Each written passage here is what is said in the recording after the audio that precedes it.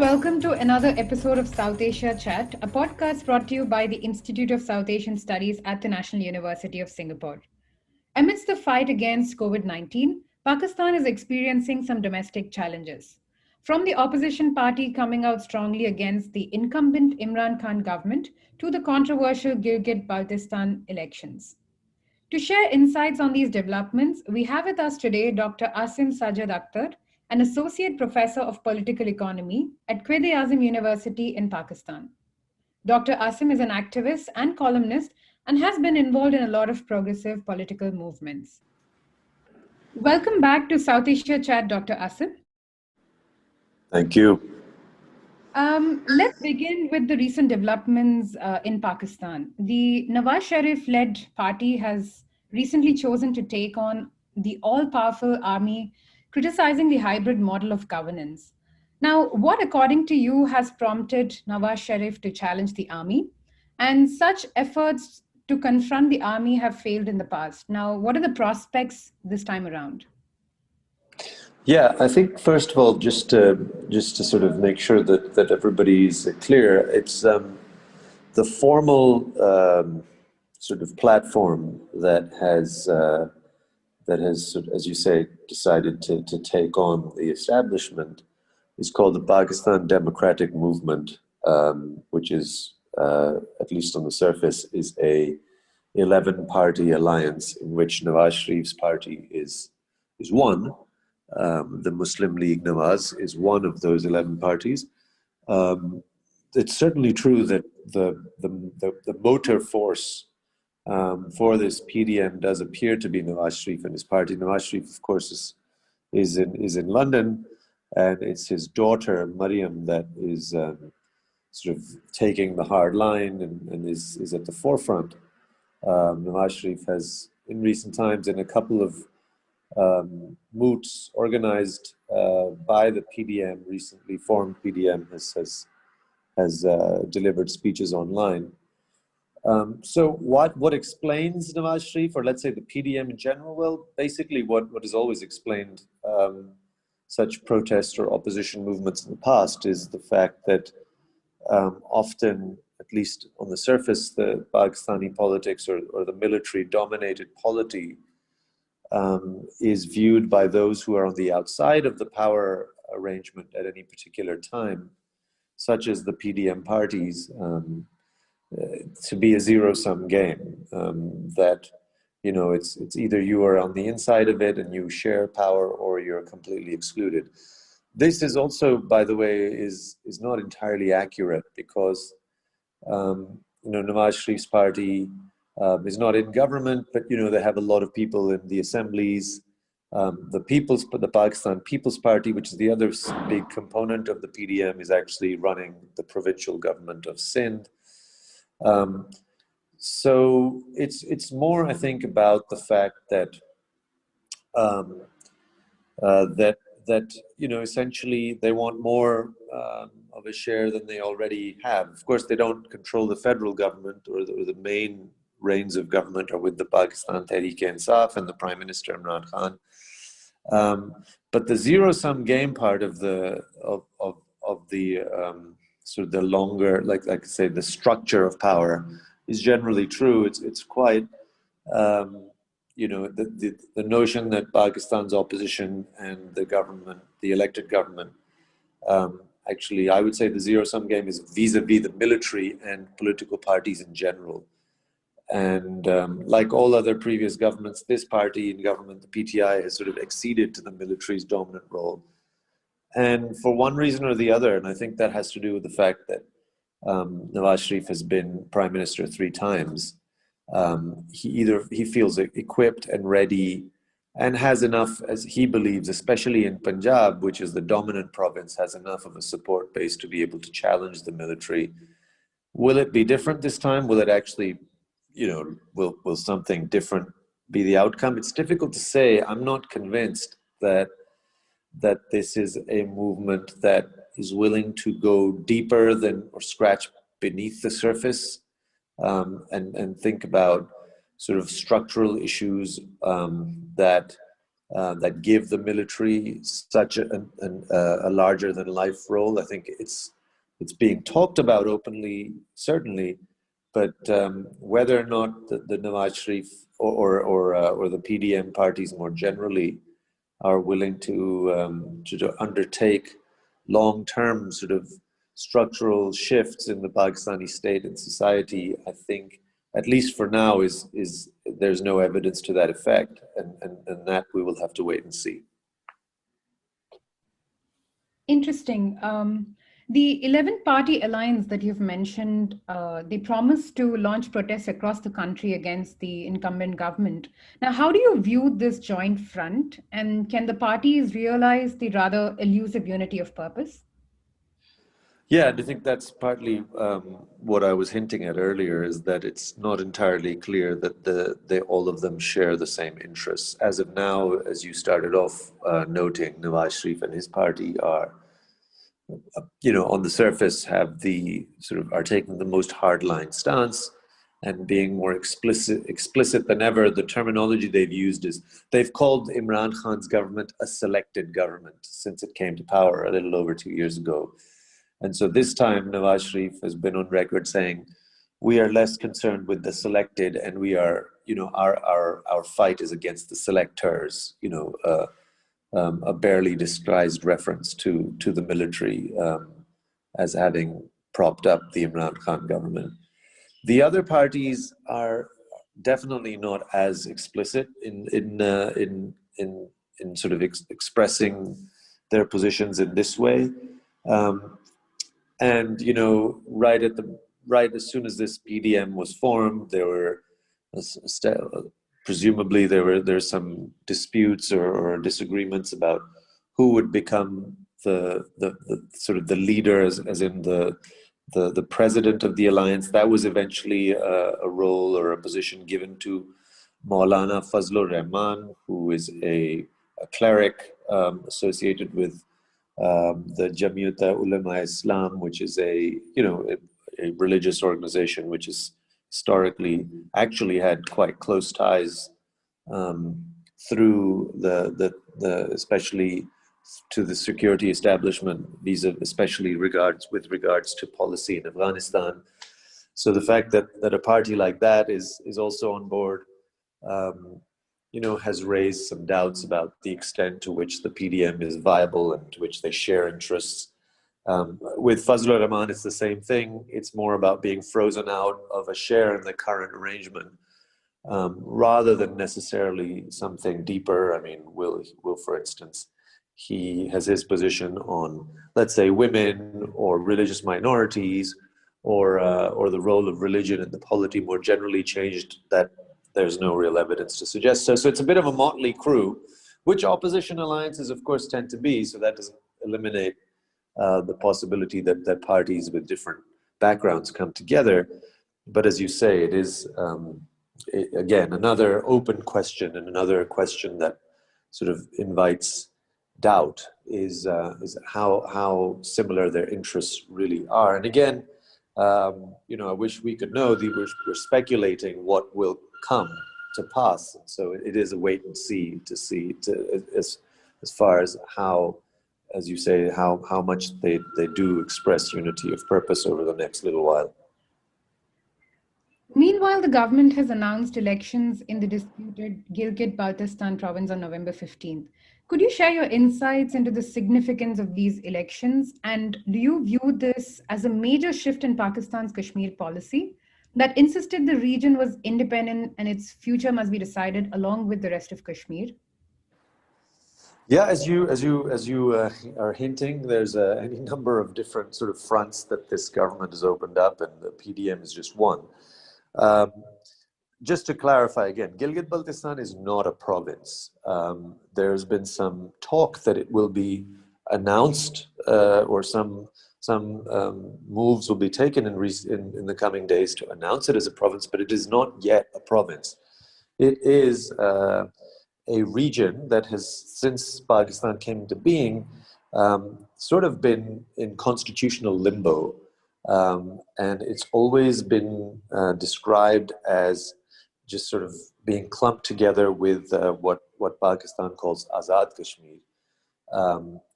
But of course, Gilgit-Baltistanis don't view themselves as simply being subsumed into the Kashmir dispute. Just for clarity's purposes, that so Baltistan borders Ladakh on Pakistan's eastern and India's western sort of sides. So, it is of course very much part of that so larger disputed region, and whatever they are planning in GB, this government again, which we can't know because it's always quite opaque, follows the series of events that from August 2019, when the Modi regime revoked Article 370 and changed the constitutional status of Indian Kashmir. And since then, it's been a bit of back and forth and some public relations on both sides. The elections again are, I think, a part of this. Inevitably, this regime, the Imran Khan regime, or what, as you said earlier, the hybrid regime, would ideally like to ensure an electoral outcome in GB and Gilgit-Baltistan that facilitates its larger position. Will this whole series of events and this electoral exercise will it actually signal something substantial in the way Pakistan engages on like the larger question of Kashmir and the region? It's hard to say. I think that there have been critics have said that since August 2019 and the Modi regime's revocation of Kashmir's constitutional status on the Indian side, that the Pakistani government has not really done much in the face of that, and it's sort of really, in some ways, sold Kashmir down the river. That's what at least some of the opinion is, or some of the hardline opinion is. If you ask me, I would say that both India and Pakistan historically, this region and its people, whether it's Kashmir on either side or Gilgit-Baltistan on the Pakistani side, continue to be in the crossfires of a geopolitical battle which doesn't really do much for either side's people, their rights, their resources. So I don't see that changing. Whether that means the Pakistani government's position becomes more or less stringent vis-a-vis India, I don't know. But ultimately, there has to be.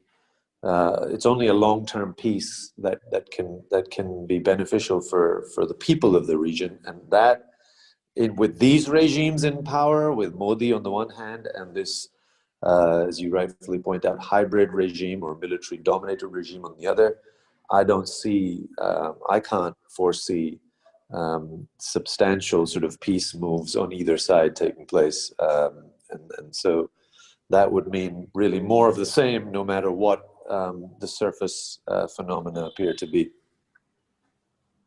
Now, moving into the geopolitics of the issue, it has been reported that Pakistan is under pressure from China to remove the legal ambiguity surrounding the status of the GB region. What are China's interests on this issue, and how are they related to the CPEC? Yeah, I mean, that's basically what the interests are.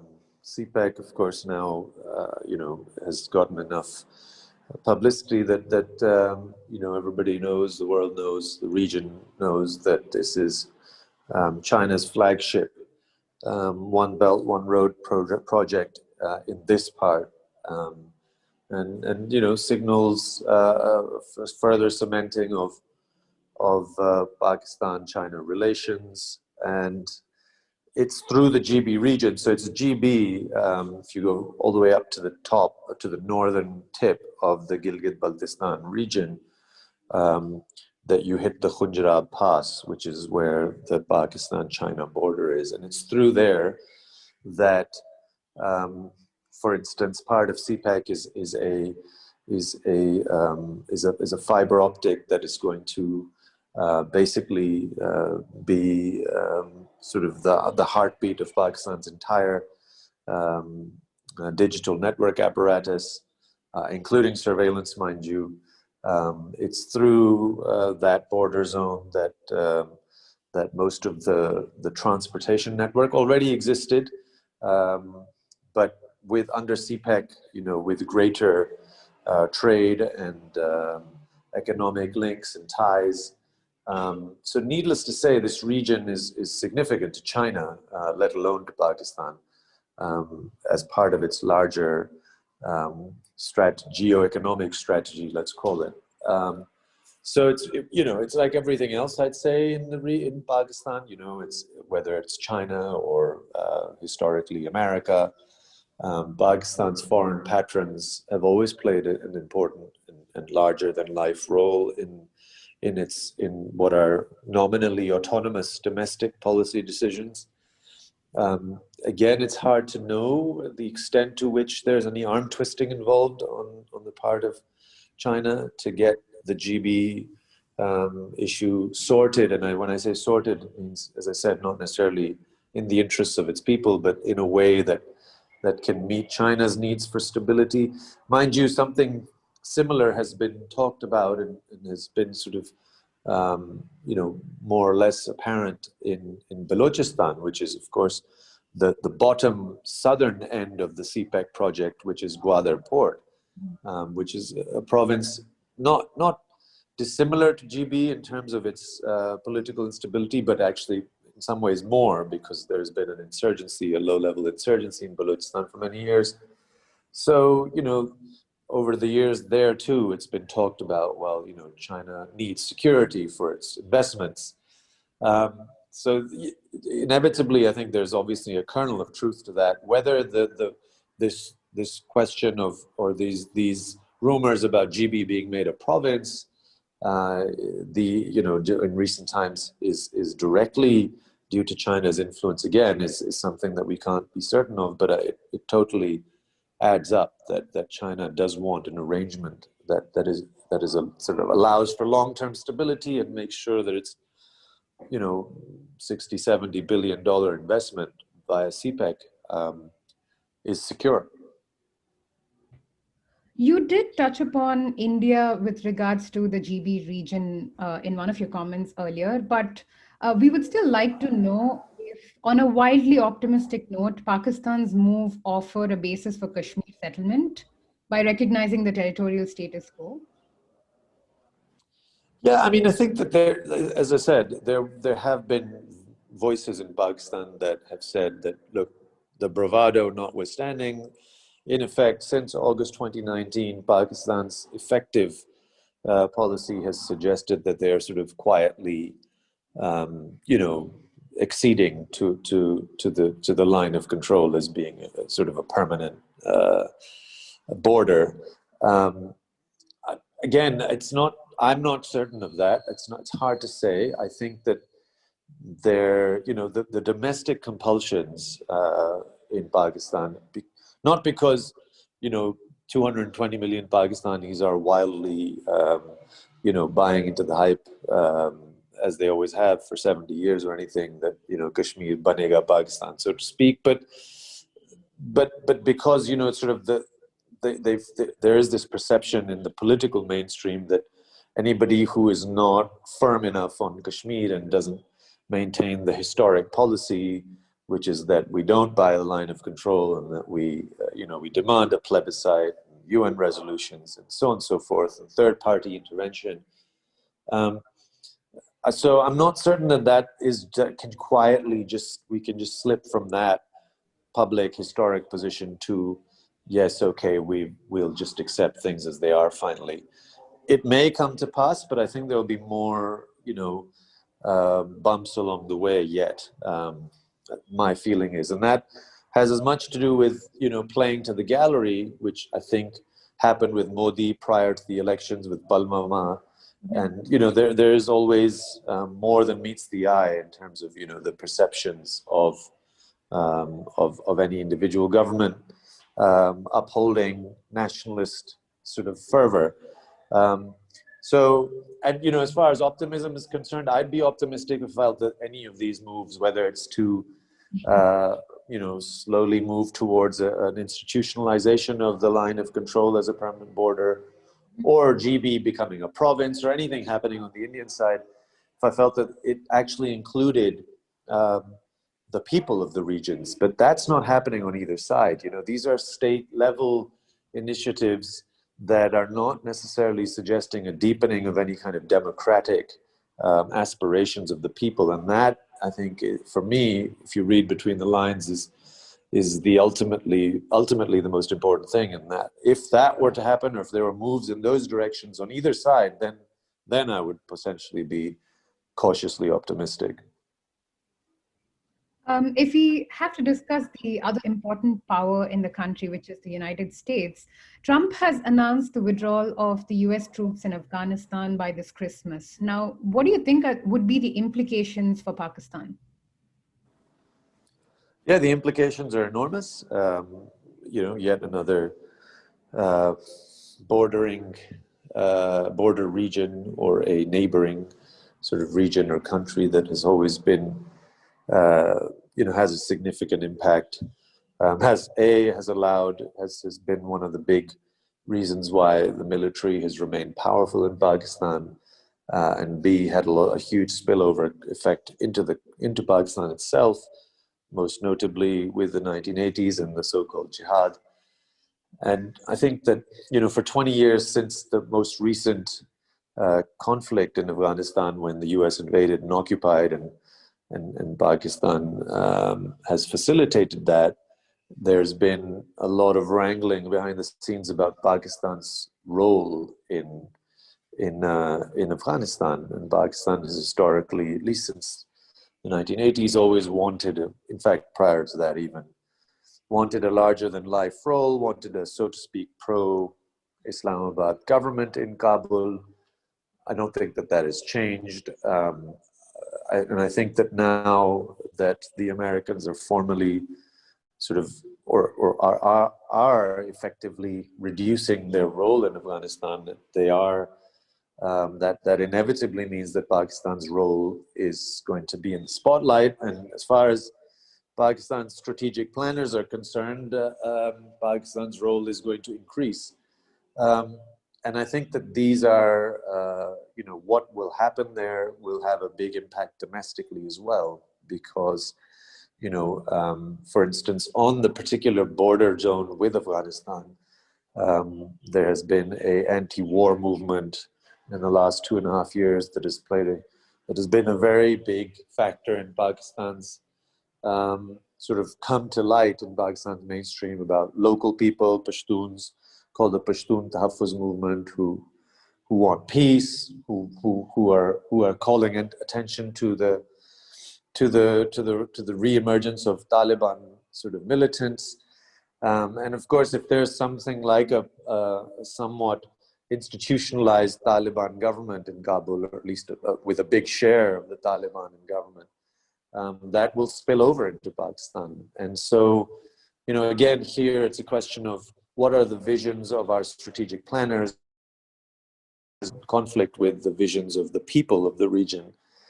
And I suspect, I feel like probably that is going to happen, that there is going to be, you know, a resurgence to an extent of the Taliban within Pakistan as well, assuming that there is a share of power given to the Taliban in Kabul. And that makes perfect sense, because they are, after all, ideological brethren, one way or the other. And that is, I think, a concern for any voice of peace in Pakistan. But, you know, that reflects, frankly, the diabolical 20 years later, after 2001, when the Americans came into Afghanistan. It just reflects what a diabolical initiative that was, that 20 years later, you're essentially, you know, handing back at least some power to the very same forces that you had claimed to eliminate. And I think these are the stories all over South Asia, Kashmir, Afghanistan, you know, within Pakistan and India and their ethnic peripheries, that you have these long-standing political conflicts that are exacerbated by military means, and therefore they keep rearing their head again and again. And finally, Dr. Aasim, how do you see the forthcoming US election impacting US and Pakistan relations? So yeah, I think that certainly the election will have will have an impact not just in Pakistan but around the world. Given 4 years of Trump have really served as a strange contradictory, both retreating into self but yet also engaging erratically. And I think Pakistan and South Asia are an example of that. So I think more than anything else, if a Biden administration was to come into existence, it would be more consistent in its engagements with Pakistan and the region. I think that there are still two fundamental issues that the U.S. state, and I'm not talking about any particular government, the U.S. Is interested in and will engage with Pakistan on, and will articulate clearly its policy or its positions on.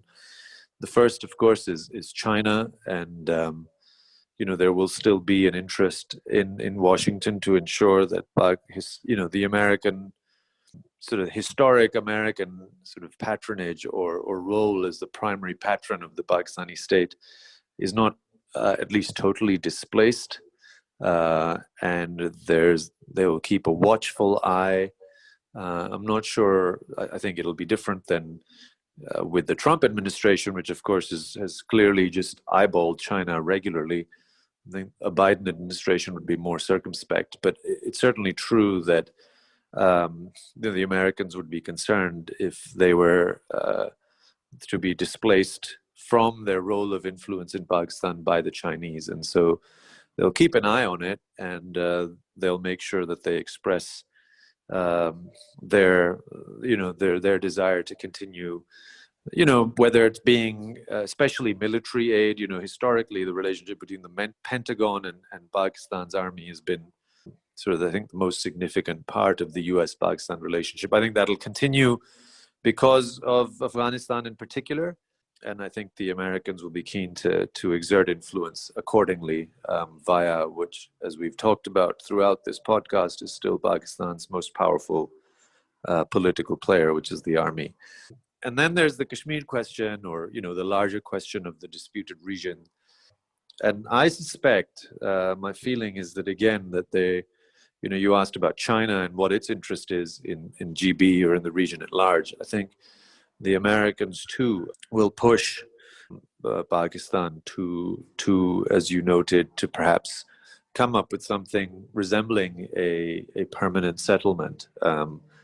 And all of these things are interrelated. The question of militancy in the region, the question of Kashmir, the question of Afghanistan.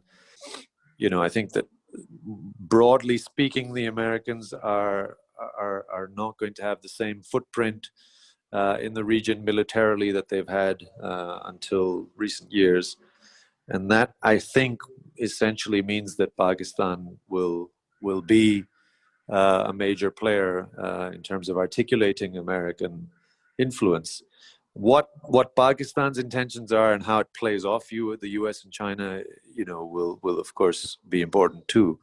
But as I said, for me, the biggest difference, if a new administration would come into power, would be something considerably more sustained engagement with Pakistan rather than the sort of more erratic, engagements that we've seen under Trump.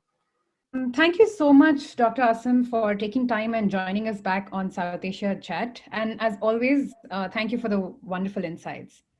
Thank you. Thank you, guys. Thank you very much. If you wish to know more about our work, please visit www.isas.nus.edu.sg. Thank you so much for tuning in.